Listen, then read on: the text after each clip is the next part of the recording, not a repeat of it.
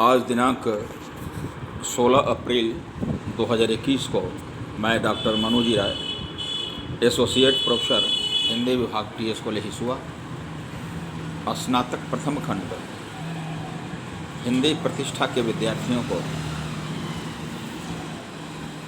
कहानी के तत्वों के बारे में बताने जा रहा हूँ। मूल रूप से कहानी शब्द कथानिका का तद्भव रूप है।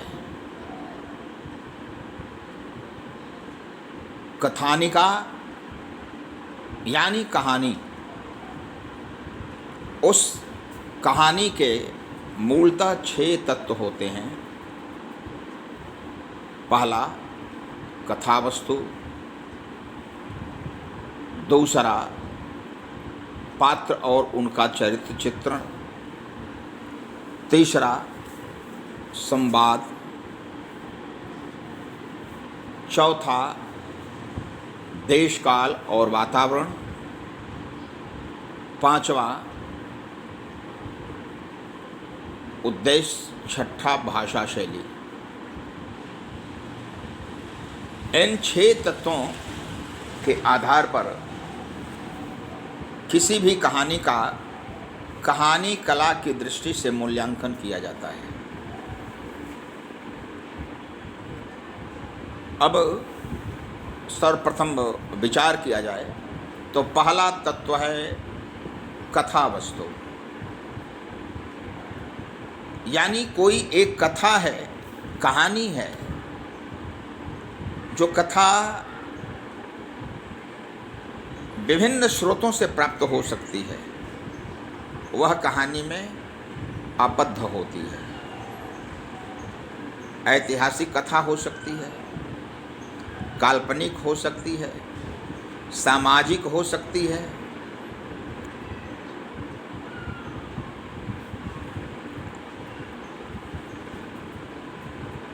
इस दृष्टि से दाम्पत्य प्रेम पर आधारित हो सकती है, नवोत्थान से संबंधित कहानी हो सकती है। तो विभिन्न स्रोतों के आधार पर जो भी कथा वस्तु मिलती है, उस कथा वस्तु का संयोजन कहानीकार अपने विचार के अनुसार करता है। कहानी का जो शीर्षक होता है, वह संपूर्ण कथा का सारांश रूप में व्यक्त कर होता है। शीर्षक ऐसा होना चाहिए जिसका स्मरण करते ही पूरी कथा को सूत्र रूप में जानने की क्षमता मिल जाए। जैसे नमक का दारोगा, कहानी का शीर्षक है नमक का दारोगा। पूरी कहानी पंडित आलोपी दिन और ईमानदार दरोगा वंशीधर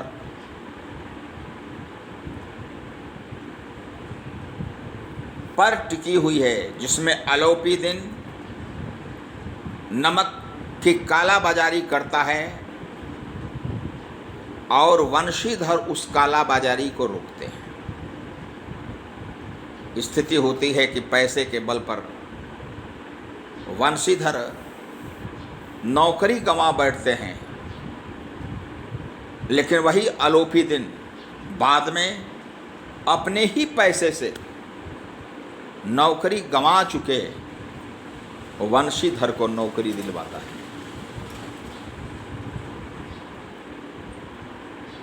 तो यह जो शीर्षक है वह प्रकट शीर्षक है, प्रत्यक्ष शीर्षक है। इस पर कोई आवरण नहीं है।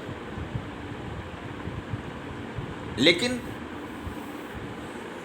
जहाँ पर कोई ऐसा शीर्षक होता है जो पर्दे के भीतर रहता है, घूंघट रूपधारी शीर्षक उसको कहते हैं, वह प्रत्यक्ष रूप से नहीं व्यंग के रूप में दिखाई पड़ता है, ऐसे शीर्षक का भी प्रयोग होता है। जैसे जयशंकर प्रसाद की पुरस्कार कहानी है, आकाशदीप कहानी है, जैनेंद्र की जाह्नवी कहानी है। तो ऐसे जो कहानियां हैं उनमें ऐसे भाव मिलते हैं। तो कहानी का जो कथा वस्तु का फलक होता है बहुत लंबा चौड़ा नहीं होता है, एक सीमित दायरे में होता है। और कहानीकार का यह कर्तव्य होता है कि उस कहानी का जहाँ से आरंभ होता है अंत तक जो वह कहना चाहता है कथा वस्तु के माध्यम से वह व्यक्त हो जाना चाहिए। लेकिन कहीं कहीं ऐसा होता है कि कहानीकार के अनुसार कथा का स्वरूप भी बदलता है। यदि अंत की दृष्टि से देखा जाए तो पहले की कहानियां सुखांत होती थी, जिन्हें कॉमेडी कहा जाता है। प्रारंभ में नायक या नायिका दोनों संघर्ष करते हुए दिखाई पड़ते हैं, लेकिन अंत में उनका जो लक्ष्य है वह पूर्ण होता है और लक्ष्य की प्राप्ति कर लेते हैं, तो वह सुखांत हुआ। जैसे नमक का दरोगा में, हार की जीत में,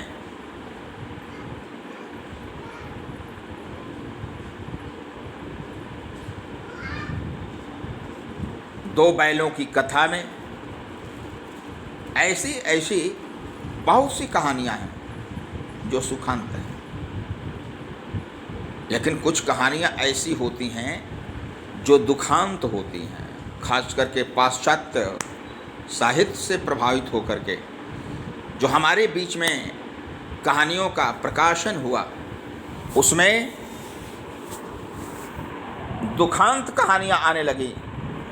1936 में प्रोग्रेसिव राइटर्स एसोसिएशन की बैठक हुई और उस बैठक की अध्यक्षता की मुंशी प्रेमचंद ने, प्रगतिशील विचार मंच की। उसके बाद या उसके लगभग जो हमारे बीच में कहानियां आई, खास करके प्रेमचंद साहित्य में, वे सुखांत नहीं थी, दुखांत हैं। जैसे सबा सेर गेहूं,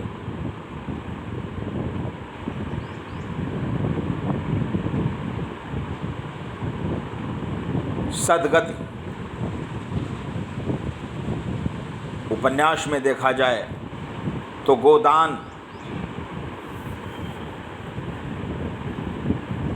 पूष की रात, इन सभी कहानियों में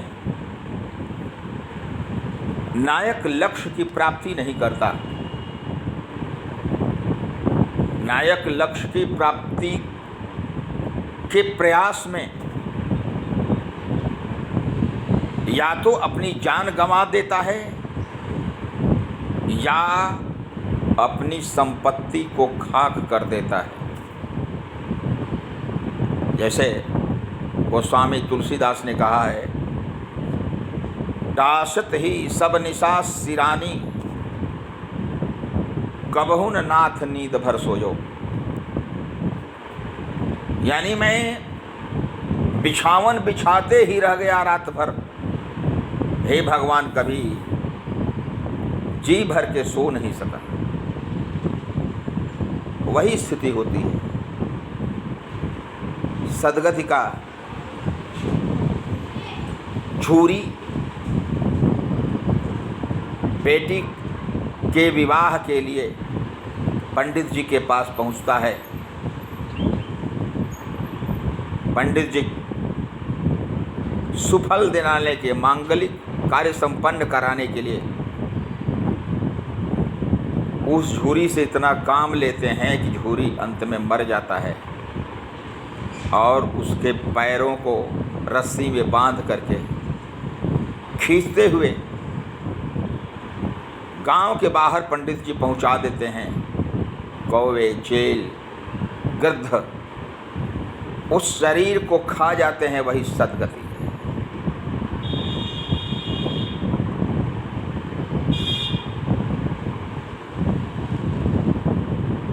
पूष की रात में हल्कू गेहूं की खेती करता है, लेकिन गेहूं की फसल जब तैयार होती है, उस गेहूं की फसल को नीलगायें चर जाती हैं और उसकी पूरी फसल समाप्त हो जाती है। और यही कह करके संतोष करता है, अपनी पत्नी से कहता है कि चलो अब फिर रात में जग करके रखवाली नहीं करनी पड़ेगी ना। गोदान का होरी चाहता है कि हमारे दरवाजे पर एक गाय बंधे।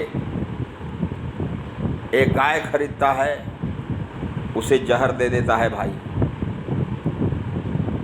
अपने बेटे को दूध पिला नहीं पाता, पोते मंगल के लिए दूध की व्यवस्था के लिए सुतली काटता है, कंकड़ बिछाता है, लू लग जाती है, मर जाता है, लेकिन उसकी जो कल्पना है वो पूरी नहीं होती। तो अंत के दृष्टि से कथा वस्तु सुखांत हुई, दुखांत हुई और एक जैनेंद्र के आने के बाद कहानी प्रश्नांत हो गई। कहानी के अंत में प्रश्न आ जाता है कि क्या हुआ, जिज्ञासा बढ़ जाती है और जैनेंद्र वहीं पर कहानी का पटाक्षेप करते हैं। जैसे जाह्नवी में जाह्नवी बार बार यही कहती है, कागा चुन चुन खाइयो, दो नैनन मत खाइयो, पीऊ मिलन की आस। यही कह करके गीत गाती है। नायक उसे देखता है, यह कहता है कि मैं विवाह करूंगा तो उसी से, और नहीं तो नहीं करूंगा।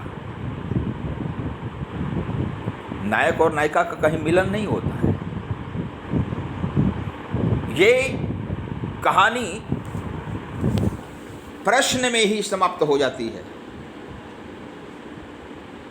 वीरवर की कथा में पाठकों के समक्ष यह प्रश्न हो जाता है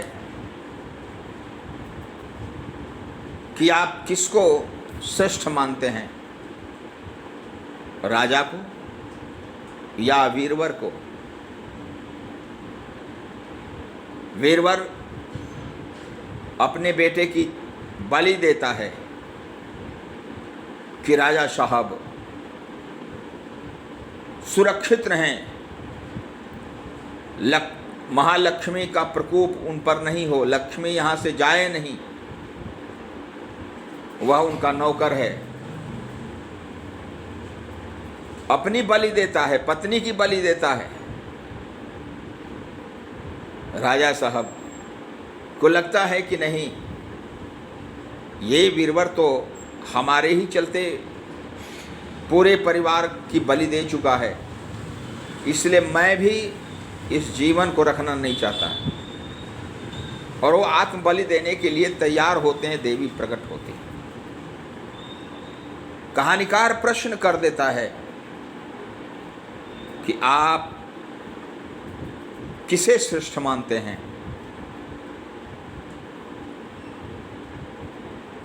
वीरवर को या राजा को। ऐसे ऐसे दृश्यों में कहानी प्रश्नांत हो जाती है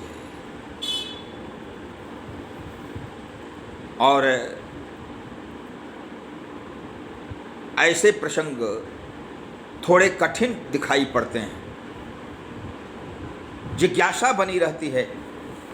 और जैनेंद्र की जितनी कहानियां हैं सब में यही है। लेकिन हिंदी कहानी क्षेत्र में एक ऐसे कहानीकार आए जिनकी कहानियां सुख और दुख दोनों बराबर रूप में बताती हैं। कहानी का अंत होता है सुख और दुख दोनों की चरमावस्था में,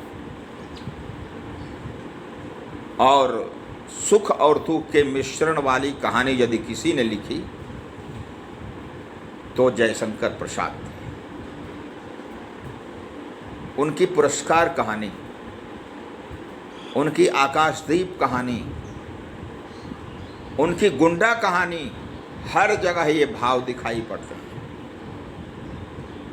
गुंडा मूलतः ऐतिहासिक कहानी है। काशी नरेश बलवंत सिंह और उनके बेटे चेत सिंह,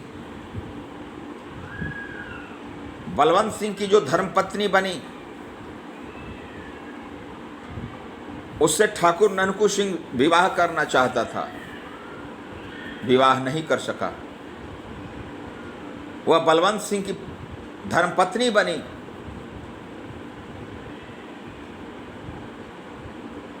वह अपनी मनोकामना पूर्ण नहीं कर सका तो गुंडा बन गया।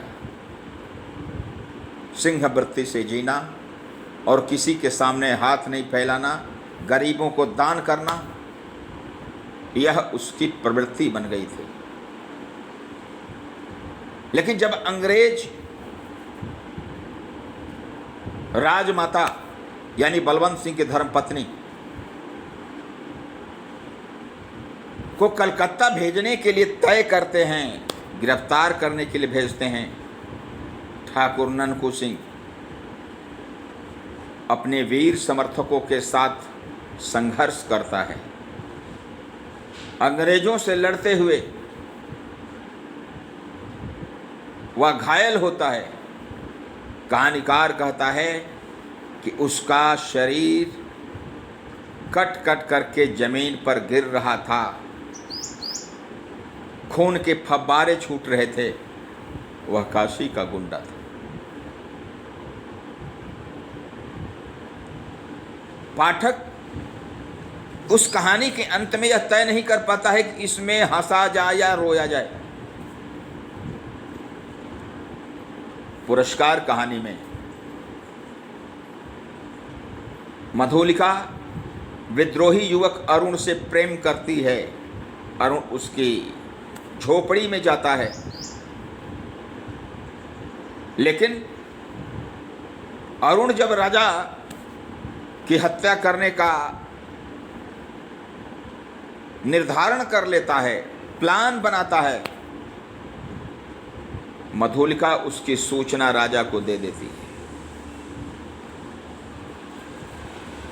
अरुण अपने सैनिकों के साथ पकड़ा जाता है, उसे सजा मिलती है, फांसी की।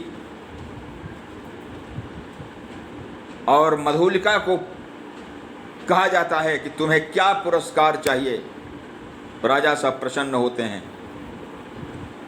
मधुलिका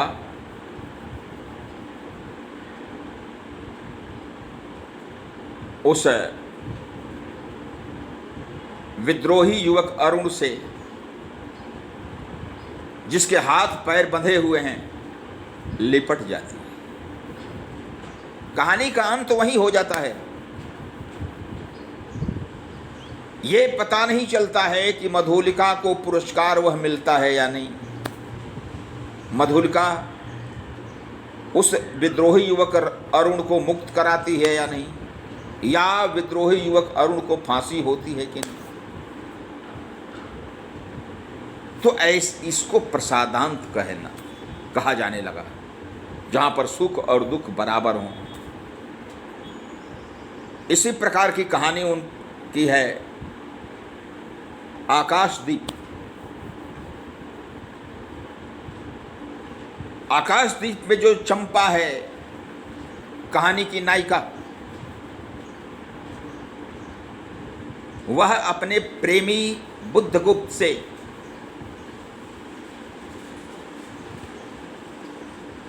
प्रेम करती है, लेकिन जब उसको यह सूचना मिलती है कि उसी ने हमारे पिता की हत्या की है तो घृणा करती है। बाद में बुद्धगुप्त कहता है कि मैंने नहीं, जो नाव का प्रमुख था, नौका का प्रमुख था, कमांडर था, वह तुम्हारे साथ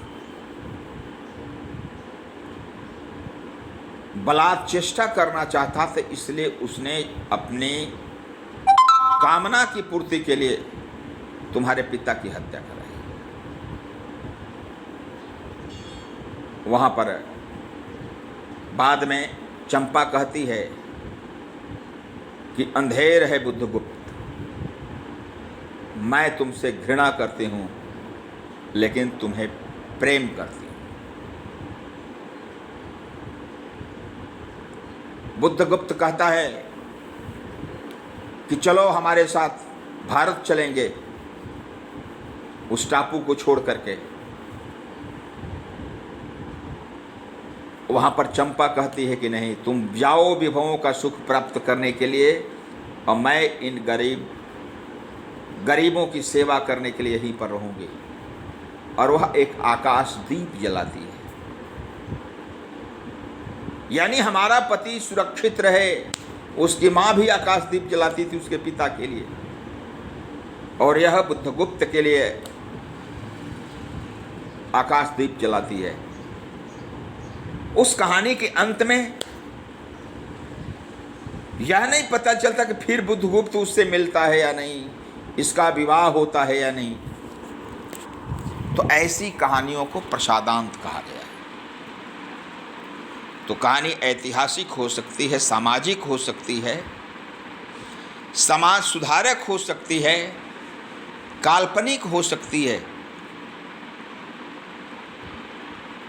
लेकिन कथा वस्तु ऐसी होनी चाहिए जिसमें रोचकता बनी रहे, कहानी को शुरू से अंत तक पढ़ने की जिज्ञासा बनी रहे। यह है कथा वस्तु। दूसरा है पात्र और चरित्र चित्रण। कहानी के पात्र जितने हैं, क्योंकि कहानी उपन्यास के समान व्यापक होती नहीं है, सीमित रूप में होती है, तो पात्र जितने भी आए उनका चरित्र संकेत रूप में ही पूर्ण रूप से स्पष्ट हो जाना चाहिए कि आखिर उनकी चारित्रिक विशेषता है क्या। जैसे प्रेमचंद की कहानी है शतरंज के खिलाड़ी।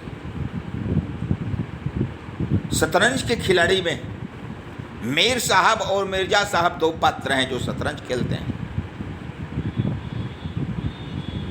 मीर साहब की धर्मपत्नी के बारे में प्रेमचंद ने एक टिप्पणी की है, और वो टिप्पणी है कि मीर साहब की बेगम किसी अज्ञात कारणवश उनका घर से बाहर रहना ही अच्छा मानती थी। इसके अतिरिक्त उन्होंने इसके बारे में कुछ लिखा नहीं है। संकेत दिया है, एक घुड़सवार आता है और कहता है कि ऐसे गावदियों को तो मैं चुटकी पर न चाहता हूं। यानी उस घुड़सवार सिपाही का मीर साहब की धर्मपत्नी से नाजायज संबंध था। प्रेमचंद ने संकेत के माध्यम से बताया।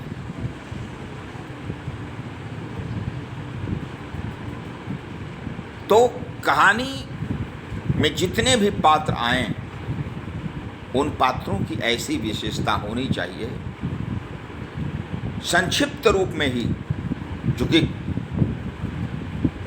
कहानी का रूप सीमित है और पात्र उसमें कम ही आएंगे, लेकिन जितने समय तक वह पात्र रहे उसके बारे में जो चारित्रिक वैशिष्ट्य है वह प्रकट हो जाना चाहिए। जैसे नमक का दारोगा में पंडित आलोपीदीन जो प्रारंभ में रिश्वत के बल पर खरीदने वाले होते हैं किसी भी अधिकारी को, वही आलोपीदीन यह सोच करके कि पैसे पर हमने सबको नचाया है, लेकिन एक पात्र है जिसके सामने मेरा पैसा नाचा है, उसे हमको मनाना है, और ब्राह्मण हो करके हाथ जोड़ करके खड़े हो जाते हैं मुंशी वंशीधर के समक्ष। कहानी का पाठक यह समझ जाता है कि जो व्यक्ति समाज का घृणित पात्र था वह एक कार्य के चलते समाज का बाद में आदर्श पात्र बन जाता है। न्याय हारता हुआ था, अंत में न्याय जीत जाता है। हार की जीत में भी यही होता है। खड़क सिंह डाकू, बाद में ऐसा लगता है कि नहीं हमने गलत किया है, और उस बाबा भारती के घोड़े को उनके अस्तबल में बांध करके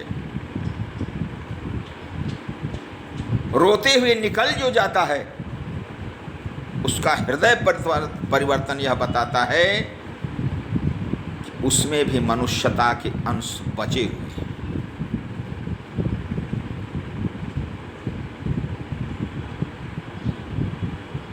नई कहानी का जहां से जन्म होता है वह उसने कहा था का नायक लहना सिंह जब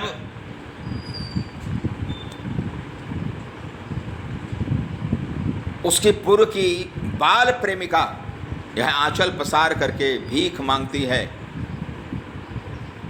कि हमारे दूध और पूत की रक्षा करना, पति और पुत्र की रक्षा करना,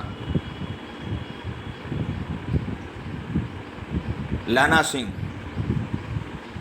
उसकी रक्षा करता है और अंत में संदेश भेजवाता है कि उससे जाकर के कह देना जो उसने कहा था मैंने पूरा कर दिया। तो ऐसे ऐसे पात्रों का चरित्र स्पष्ट हो जाता है तो वह कहानी सफल। तीसरा है देश काल और वातावरण। कोई भी कहानी देश काल और वातावरण से अलग नहीं रह सकती। सामाजिक परिवेश कैसा है, सामाजिक परिस्थिति कैसी है, इसका उल्लेख होना चाहिए कहानी में। और जितनी भी कहानियां हैं उनमें कहीं न कहीं इसका अंकन जरूर होता है। प्रेमचंद की कहानी है दूध का दाम। दूध का दाम में मंगल नाम का पात्र है, दलित पात्र है। उसकी माँ नाली की सफाई करते हुए ठाकुर साहब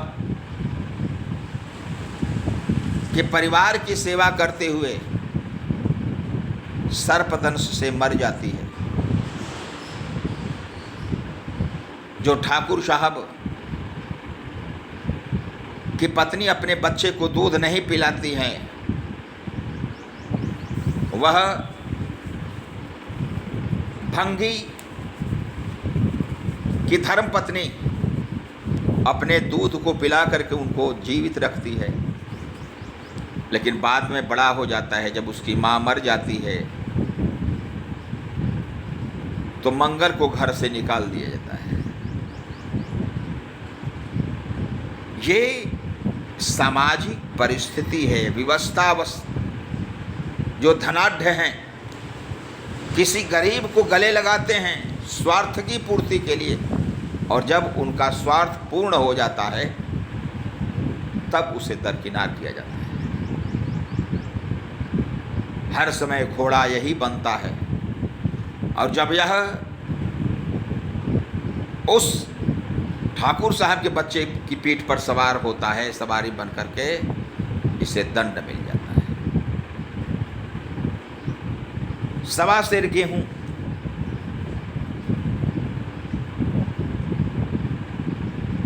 में यही स्थिति है। 1.25 सेर गेहूं दान करने के लिए कहता है, नहीं दे पाता है।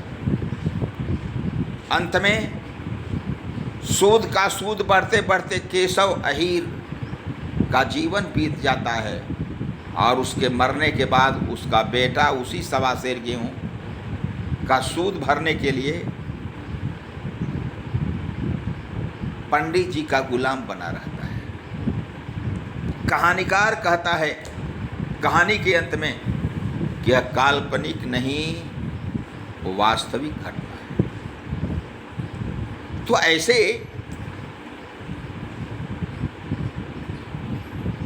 प्रसंग आते रहते हैं। यही नहीं, जैसे नमक का दरोगा में जो नमक की चोर बाजारी होती थी अंग्रेजों के शासनकाल में, भारत का ही नमक भारतीयों को जल्दी मिलता नहीं था, दलालों के माध्यम से मिलता था। गांधी जी ने 1930 में नमक सत्याग्रह चलाया और अपने हाथों से नमक बनाया, और उसके बाद नमक पर प्रतिबंध खत्म कर दिया गया। उस समय की घटना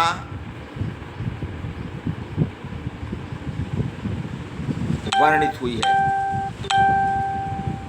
अर्थात देश काल और वातावरण का चित्रण कहानी में आवश्यक है। इसके बाद आता है संवाद, नायक और नायिका के बीच संवाद, नायक सह नायक के बीच संवाद, नायक और खलनायक के बीच संवाद। ऐसे ऐसे संवादों के माध्यम से कहानी का क्रमिक विकास होता है। थोड़ा ही सही, लेकिन संवाद अपेक्षित होता है कहानी के विकास के लिए। जिस प्रकार से उसने कहा था, मैं है क्या तेरी कुणमाई हो गई, तब वही बाद में जब संवाद होता है, क्या तेरी कुणमाई हुई, तो हाँ, कब, तो कल, देखते नहीं रेशमी शालू। तो क्या तेरी कुणमाई हो गई, थत जो संवाद है वह उस कहानी का हृदय है, और उसी संवाद जनित प्रेम के आधार पर कहानी का विकास हुआ है। लहना सिंह उसी नायिका के पति और पुत्र को बचाने के लिए शहीद हो जाता है। यह भावनात्मक कहानी है।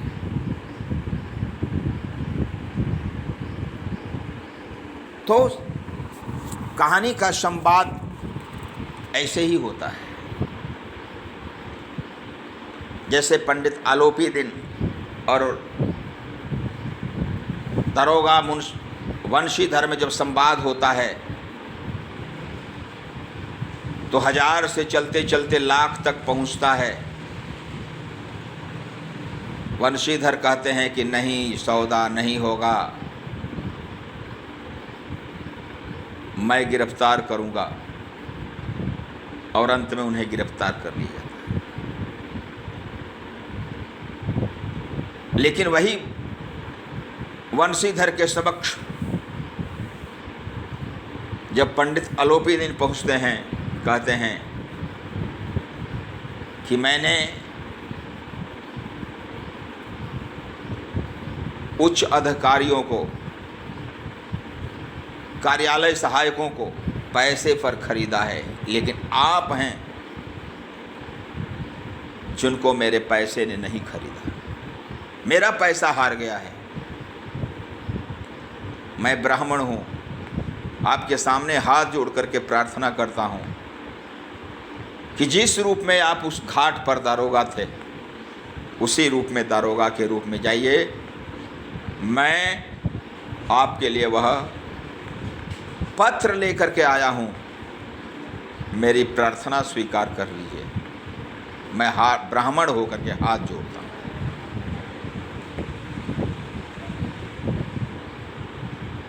तो ऐसे ऐसे जो संवाद होते हैं, कहानी के विकास को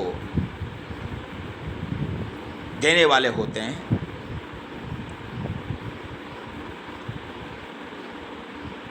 इसके बाद एक तत्व है उद्देश्य। कहानी का उद्देश्य क्या है? कुछ न कुछ कहानी का उद्देश्य होना चाहिए। निरुद्देश्य कहानी यदि है तो उसका कोई उपयोग नहीं है। कहानी का उद्देश्य होना चाहिए। प्रेमचंद की कहानी का उद्देश्य खासकर गांव के गरीब मजदूरों और किसानों की दुह अवस्था का अंकित करना ही है। वे चाहते हैं जो ग्रामीण कृषक और मजदूर हैं, उनके वास्तविक स्वरूप को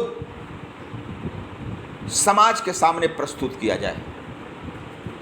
और मुंशी प्रेमचंद की कहानियों की यही विशेषता है कि जब पाठक पढ़ने लगता है तो लगता है कि यह आज की ही घटना है और यह सच्ची घटना है।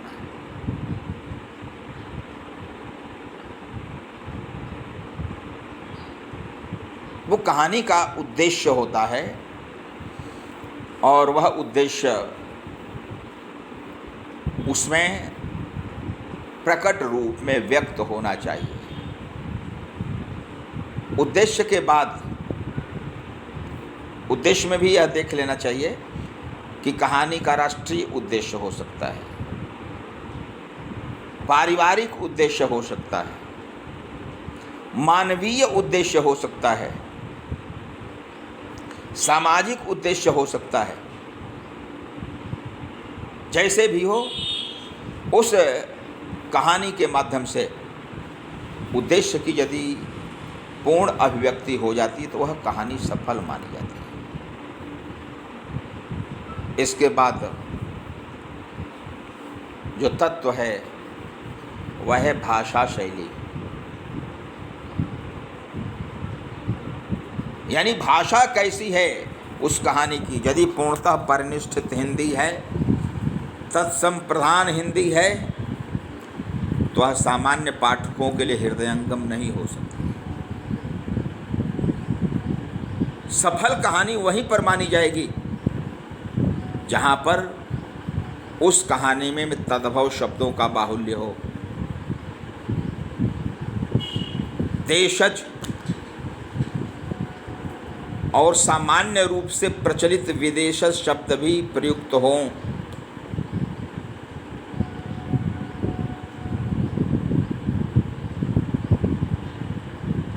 यदि पात्र के अनुकूल अपभ्रंश शब्दों का भी प्रयोग होता है तो वह कहानी की विशेषता को अभिव्यक्त करने वाला है। जैसे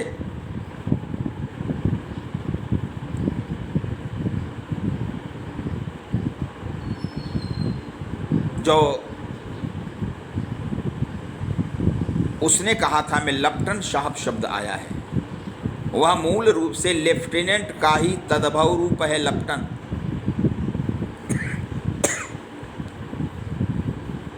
कुड़माई शब्द है, वह पंजाबी शब्द है।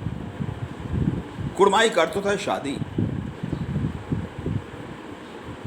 हम चाचा और भतीजे आम के बूटे लगाएंगे। बूटा का अर्थ होता है वृक्ष।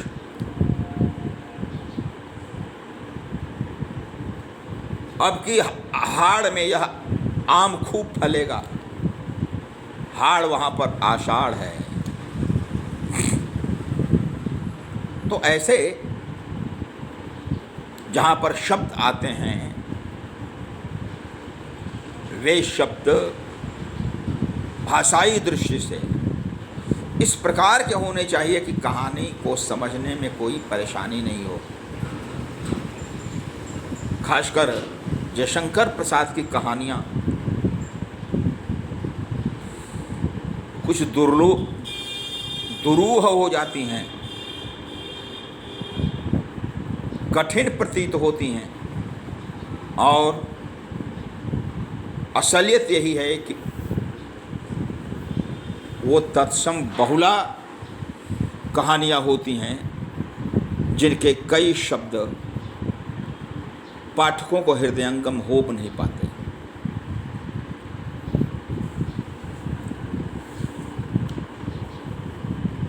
जैसे ईदगाह में जो प्रेमचंद ने कहानी प्रस्तुत की है वह मुस्लिम समाज की है। हामिद उसका नायक है। इसलिए एक मुस्लिम परिवार से संबद्ध शब्दों का उसमें प्रयोग किया गया है।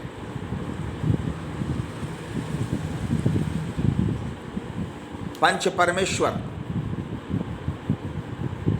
में अलगू चौधरी, खालाजान जैसे पात्रों का प्रयोग हुआ है। तो ऐसे शब्द या ऐसी भाषा जो सामान्य जन के लिए ग्राह्य हो वह कहानी के लिए उपयुक्त मानी जाती है। जैसे शतरंज के खिलाड़ी में मीर साहब और मिर्जा साहब दोनों अपने वजीर और राजा की लड़ाई शतरंज में लड़ते हुए एक दूसरे की गर्दन काट देते हैं, लेकिन तत्कालीन राजा वाजिद अली शाह को अंग्रेज सिपाही दीन दहाड़े हाथ बांध करके ले जा रहे हैं। वे अपराधी के समान सिर झुकाए हुए हैं, लेकिन कुछ बोल नहीं पाते। उनको मुक्त कराने के लिए मीर साहब और मिर्जा साहब उसी तलवार का प्रयोग नहीं करते।